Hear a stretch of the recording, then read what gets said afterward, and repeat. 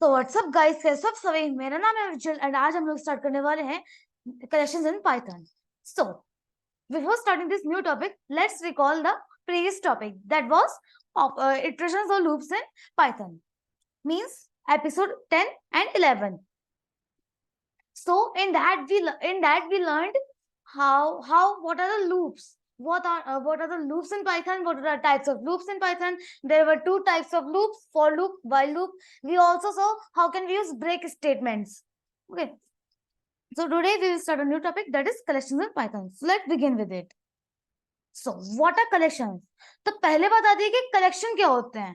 तो एक general purpose data types जो मल्टीपल वैल्यूज को कंटेन करने के लिए काम आते हैं, उनको हम कलेक्शंस बोलते हैं। उनको हम कंटेनर ऑब्जेक्ट से बोल सकते हैं और या फिर हम डाटा स्ट्रक्चर से बोल सकते हैं। एक रियल लाइफ एग्जांपल के तौर पे देखें तो अगर आप कोई भी चीज, जैसे अगर आप एक एग्जांपल भी ले लेते हैं कि अगर आप मैगी लेते हैं, तो मैगी का जो पैकेट आप किसी अगर सिर्फ उसमें एक कंटेनर में, एक बॉक्स में अगर सिर्फ मैगी मैगी रखे, तो यहाँ पे क्या हो गया, तो जो मैगी है ये हो गया हमारा कलेक्शन। हम कह सकते हैं कि this is my collection of Maggi. Okay, लेकिन जो जहाँ पे मैगी स्टोर्ड है, जहाँ पे मैगी कलेक्टेड है, वो जो बॉक्स है उसे हम कह सकते हैं कंटेनर। सेकंड एग्जांपल देखिए, अगर हम कहें बुक शेल्फ, तो बुक शेल्फ में हम क्या करते हैं, उन कुछ बुक्स को हम इंसर्ट करते हैं उसमें, तो जो बुक्स हो गई वो हमारे हो गए कलेक्शन, और जो बुक शेल्फ है वो हमारा हो गया कंटेनर। ओके, तो पाइथन जो होता है वो हमें फोर सच कलेक्शन प्रोवाइड करता है: list, tuple, set and dictionary. So अब बात आती है कि लिस्ट क्या होता है। तो जो एक कंटेनर ऑब्जेक्ट जिसमें हम इंसर्ट, अपडेट या फिर वैल्यूज को इंसर्ट, अपडेट, डिलीट कर सकते हैं या सॉर्ट कर सकते हैं, उन्हें हम लिस्ट कहते हैं। हम लिस्ट को क्रिएट करने के लिए स्क्वायर ब्रैकेट्स का यूज करते हैं। और वैल्यूज जो होती हैं वो किसी भी टाइप की हो सकती हैं, जैसे कि आपकी स्ट्रिंग टाइप हो सकती है, डाटा टाइप हो सकती है, बूलियन, मतलब जो डाटा टाइप हमने पढ़े थे उस टाइप की किसी भी टाइप की हो सकती है, और यहाँ तक कि ब्लैंक भी हो सकती है। ओके, तो जैसे कि यहाँ पे हमारे पास कुछ डाटा टाइप है, जैसे कि हमने कहा x इक्वल्स टू 1 2 3 4 5 6 8 9 2 3, ये सब हमारे हो गए इंट वाले। हमने कहा यहाँ पे y इक्वल्स टू 5, तो 5 हो गया इंट। ये रोहित हो गया हमारा स्ट्रिंग टाइप। ये 9.4 हो गया हमारा फ्लोट टाइप। ये blank, z equals to blank. तो यहाँ पे हम इसको रियल लाइफ एग्जांपल, मतलब ये जुपिटर नोटबुक में देख लेते हैं। तो ये देखिए, यहाँ हमने कहा x इक्वल्स टू 1 2 3 4 5 6 8 9 89 23, और इसको हमने स्क्वायर ब्रैकेट्स में क्लोज कर रखा है। तो यहाँ पे क्या होगा, जो x है जब हम उसको ऐसे प्रिंट करेंगे तो ये हमें ये वैल्यू प्रिंट करके दे देगा, ये हमें लिस्ट प्रिंट कर देगा। अब हम बात आती है कि हम लिस्ट कलेक्शन पे ऑपरेशन कैसे कर सकते हैं। तो उसके लिए भी फोर हमने, जैसे कि यहाँ पे देखा था, यहाँ पे हम इंसर्ट कर सकते हैं, अपडेट कर सकते हैं, डिलीट और सॉर्ट कर सकते हैं। तो उन्हीं को हम देखते हैं। उन्हीं के कुछ ऑब्जेक्ट फंक्शन होते हैं, जैसे कि डॉट अपेंड होता है आपका, इंसर्ट होता है, डेल होता है, सॉर्ट होता है। तो अपेंड जो होता है वो पीछे की साइड से एक वैल्यू को इंसर्ट करने के लिए काम आता है। और जो इंसर्ट होता है सेकंड पे, जो हमारा इंसर्ट है, ये किसी भी वैल्यू को एक गिवन पोजीशन पे इंसर्ट करने के लिए काम आता है। ठीक है, और जो हमारा जो इंडेक्सिंग होती है वो डाटा किसी पोजीशन को अपडेट कर देते डाटा पर। और जो डेल कमांड होता है वो किसी भी वैल्यू को जो हम इंडेक्सिंग देते हैं, इंडेक्स देते हैं, उस इंडेक्स पे जाके, उस वहां पे जाके पोजीशन पे जाके वहां पे उस वैल्यू को डिलीट कर देता है। Last is sort. तो सॉर्ट जो होता है, जैसे कि हमें अगर असेंडिंग में कुछ, हमें असेंडिंग वैल्यूज को असेंडिंग ऑर्डर में करना, सॉर्ट करना है, अरेंज करना है, तो तब हम डॉट सॉर्ट का यूज करते हैं। तो इसके एग्जांपल देख लेते हैं। हमने कहा x इक्वल टू लिस्ट, तो यहाँ पे ब्लैंक लिस्ट है, हमने कहा x डॉट अपेंड, मतलब पीछे से ऐड करना है। तो हमने कहा x डॉट अपेंड 12, हमने कहा प्रिंट x, तो यहाँ पे 12 प्रिंट कर देगा। फिर हमने कहा प्रिंट x डॉट अपेंड 89, तो ये पीछे को, ये देखिए, ये आगे को नहीं प्रिंट करता। यूजुअली जब हम लिखते हैं, जब हम किसी भी नंबर को हम इंसर्ट करते हैं तो वो आगे की साइड होता है, लेकिन ये पीछे की साइड होता है क्योंकि हमने अपेंड का यूज करा है। 9 we said x dot append 5, तो यहाँ पे हमने 89 के बाद इसने 5 कर दिया पीछे से। हमने कहा फिर हमने कहा x डॉट इंसर्ट 099, तो 0 यहाँ पे इंडेक्स हो गया, 99 यहाँ पे वैल्यू हो गई, 99 यहाँ पे वैल्यू हो गई। हमने कहा प्रिंट x, तो ये देखिए 0 मतलब इंडेक्स, 0 हमने पढ़ा था उसमें, अगर आपको याद हो हमने स्ट्रिंग ऑपरेशंस में पढ़ा था। तो x डॉट इंसर्ट 099, 0 इंडेक्स हो गया और 99 वैल्यू हो गई। तो यहाँ पे इसका मतलब है कि जो 99 है वो 0 इंडेक्स पे हमें भेजनी है। तो यहाँ पे क्या हो रहा है, ये 0 इंडेक्स पे चली गई। x डॉट सॉर्ट मतलब यहाँ पे हमें अब वैल्यूज को असेंडिंग ऑर्डर में अरेंज करना है। तो हमने कहा प्रिंट x, तो ये देखिए असेंडिंग ऑर्डर में अरेंज हो गए। ना अगर हमने देखिए, हमने असेंडिंग का पढ़ा था, डिसेंडिंग का हमने स्ट्रिंग ऑपरेशन वाले उसमें पढ़ा था। अगर आपको याद हो हमने कॉलन कॉलन -1 पढ़ा था, तो वही डिसेंडिंग का होता है। हमने कहा प्रिंट x कॉलन कॉलन -1, तो यहाँ पे क्या हो रहा है, ये डिसेंडिंग में हमें प्रिंट करके दे देगा। हमने कहा x1 इक्वल्स टू 1 2 3, तो प्रिंट x, तो हमने कहा डिलीट x1, मतलब यहाँ पे क्या हो रहा है, यहाँ पे जो इंडेक्स है x1 पे हमें यहाँ पे ये ऐड करना है, फिर हमें प्रिंट करना है x को। तो उसके बाद डिलीट, यहाँ पे हमने कहा x1 मतलब जो फर्स्ट इंडेक्स पर है उसको, उस वैल्यू को हमें, उन वैल्यूज को हमें डिलीट करना है। तो हमने कहा उसके बाद प्रिंट x, तो ये देखिए 123 यहाँ से हट गया। ठीक है ना। अब बात आती है कि हम फॉर लूप को लिस्ट के साथ कैसे यूज कर सकते हैं। तो जो फॉर लूप होती है वो बिना किसी साइज के कलेक्शन के साइज के बिना और बिना किसी इंडेक्सिंग के यूज करे हम फॉर लूप को कलेक्शन के साथ यूज कर सकते हैं।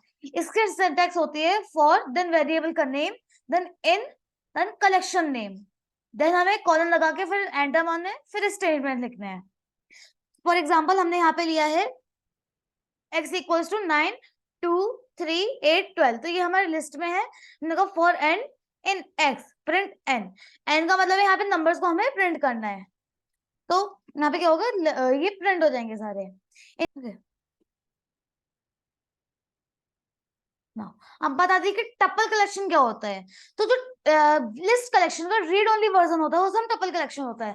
जैसे कि जो लिस्ट होती है हम उस पे कुछ भी, हमने यहाँ पे देखा था, हम कोई भी ऑपरेशन उस पे कर सकते हैं, अप एंड मतलब कोई से भी कहीं से भी वैल्यू को इंसर्ट कर सकते हैं, आगे से पीछे से डिलीट भी कर सकते हैं, सॉर्ट भी कर सकते हैं, मतलब उस पे हम अपडेट भी कर सकते हैं और बहुत सारी चीजें कर सकते हैं, है ना।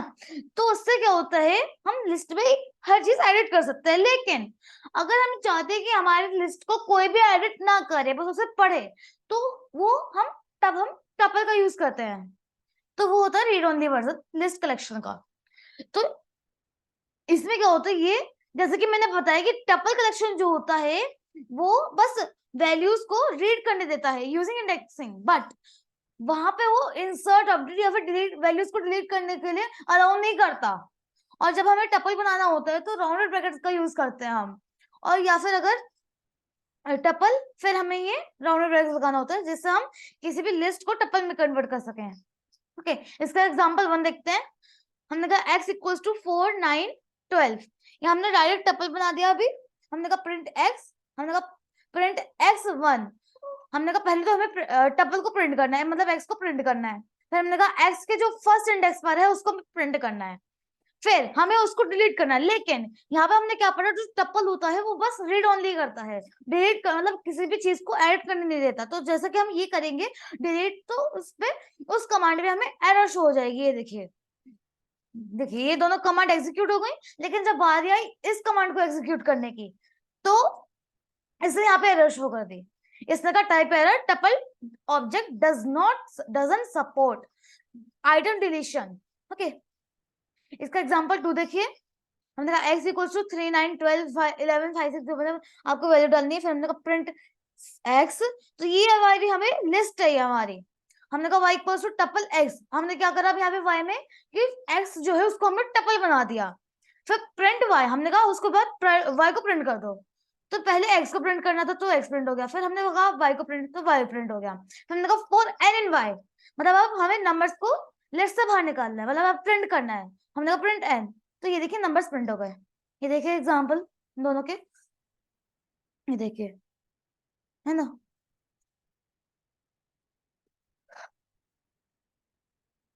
हमने कहा व्हाट इज, अब बात आती है कि डिक्शनरी कलेक्शन क्या होता है। तो कोई भी कंटेनर ऑब्जेक्ट जो किसी भी की वैल्यू पेयर्स को मतलब की वैल्यू पेयर्स को अलाउ करने, स्टोर करने के लिए अलाउ करता है, उसे हम डिक्शनरी कलेक्शन कहते हैं। मतलब मतलब है कि जैसे हमने पहले कोई भी की डाल दी, उसके बाद हमने वैल्यू डाल दी, ठीक है।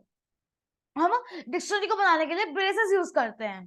फिर हम गेट ओनली कीज, मतलब हमें जब ओनली कीज चाहिए होती है तो हम कीज का यूज कर सकते हैं। फिर जब हमें बस वैल्यूज चाहिए होती है तो हम वैल्यूज का यूज करते हैं। फिर जब हमें की वैल्यू पेयर्स चाहिए होते हैं तब हम आइटम्स यूज करते हैं। और इसके साथ हम डिक्शनरी के साथ हम फॉर लूप का भी यूज कर सकते हैं। एग्जाम्पल 1 देखते हैं इसका। हमने कहा सी कोड्स, मतलब हमने वेरिएबल ले लिया सी कोड्स, हमने कहा उसमें इंडिया 91, पाकिस्तान 92, यूएस 1, तो हमने कहा प्रिंट सी कोड्स, तो यहाँ पे ये नॉर्मली प्रिंट हो जाएंगे। हमने कहा फॉर के इन सी कोड्स डॉट कीज, ये देखिए, तो डॉट की जो है वो हमारे यहाँ पे क्या होगा, ये कीज को निकाल के दे देगा। तो हमारी कीज कौन कौन सी है, इंडिया, पाकिस्तान, यूएस, तो इनको हमें निकाल के दे देगा। हमने कहा प्रिंट के, तो ये देखिए इंडिया, पाकिस्तान, यूएस निकल कर आ गए। फिर हमने कहा for v in c codes dot values, तो यहाँ पे क्या होगा, यहाँ पे क्या होगा, जो वैल्यूज है वो हमें नहीं मिल जाएंगी। तो ये देखिए हमने कहा प्रिंट वी, तो ये देखिए वैल्यूज मिल गई। हमने कहा for k v in c codes items, तो यहाँ पे क्या हो रहा है, वन सेकेंड है, तो ये देखिए for k v in c code dot items, तो यहाँ पे क्या हो रहा है, प्रिंट केवी, तो यहाँ पे क्या हो रहा है, ये कीज और वैल्यूज दोनों का भी प्रिंट कर रहा है। तो ये देखिए इसका आप एग्जांपल लिख लीजिए, ये देखिए, ये देखिए,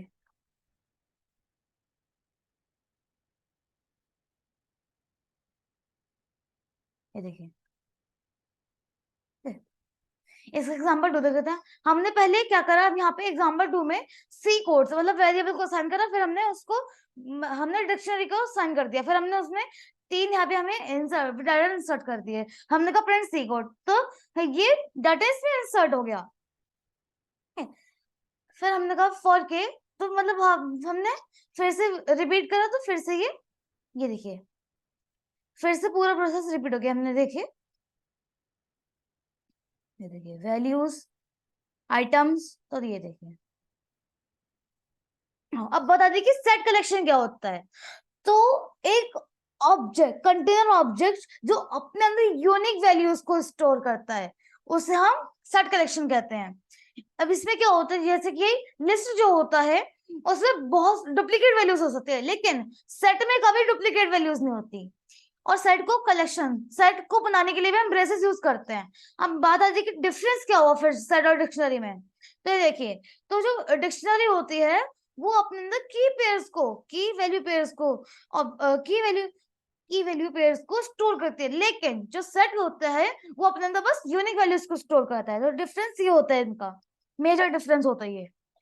या फिर अगर हम क्या कर सकते हैं, अगर हमने लिस्ट बनाई हुई है या फिर कोई भी टपल बनाई हुई है, तो हम उसके पीछे जो हमने उसमें इंसर्ट करे, हमने कहा जैसे कि x इक्वल्स टू जो भी हमने आपकी वैल्यू डाल दी 5 4 6 है ना, हमने कहा वो लिस्ट बनी हुई है या फिर टपल बनी हुई है, तो हमने क्या करा y इक्वल्स टू सेट, फिर यहाँ पे हमने लिख दिया x।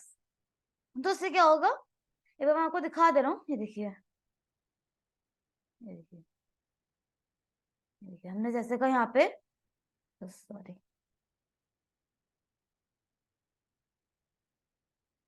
देखिए हमने कहा x इक्वल्स टू, हमने कहा लिस्ट 5 6 है ना, हमने कह दिया है ना। तो हमने उसके बाद कह दिया कि y equals to set x, तो यहाँ पे देखिए ये सेट बन जाएगा।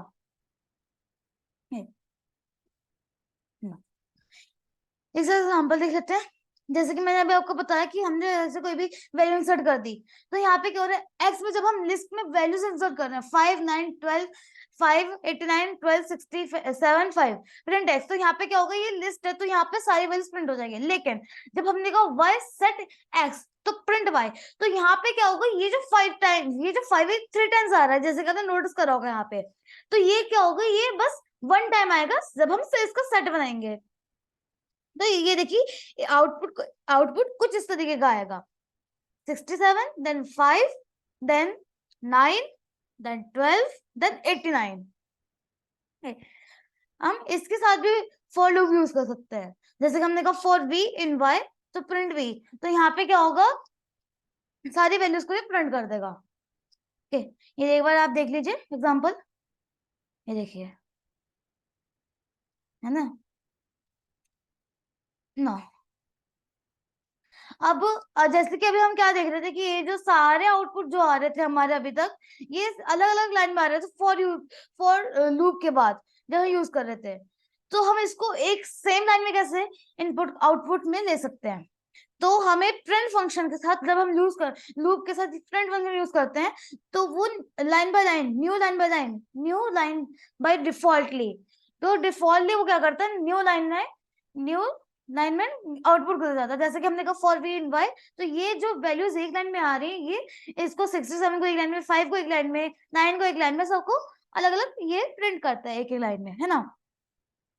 तो उसके बाद हमने कहा कि अगर यहाँ पे क्या होता है, हम फॉर लूप के साथ प्रिंट के बाद, जैसे हमने कहा प्रिंट एंड, तो कॉमा के बाद हम एंड लगा सकते हैं।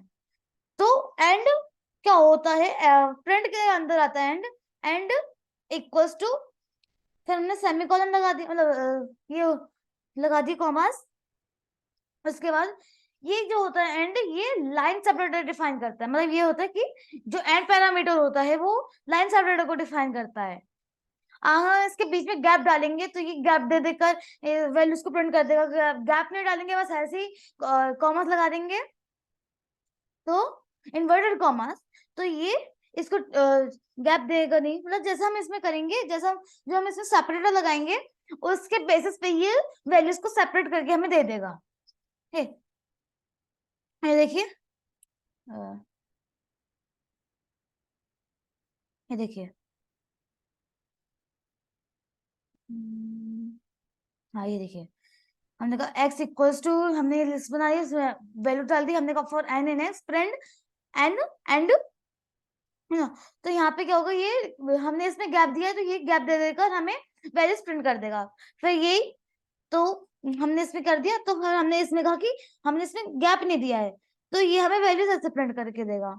हमने इसमें क्या करा, और थर्ड वाले में, लास्ट वाले में हमने क्या करा है कि हमने ये कॉमा सेपरेटर को हमने एज अ सेपरेटर माना है, तो यहाँ पे क्या होगा, कॉमा के बेसिस पे हमें वैल्यूज को सेपरेट करके दे देगा।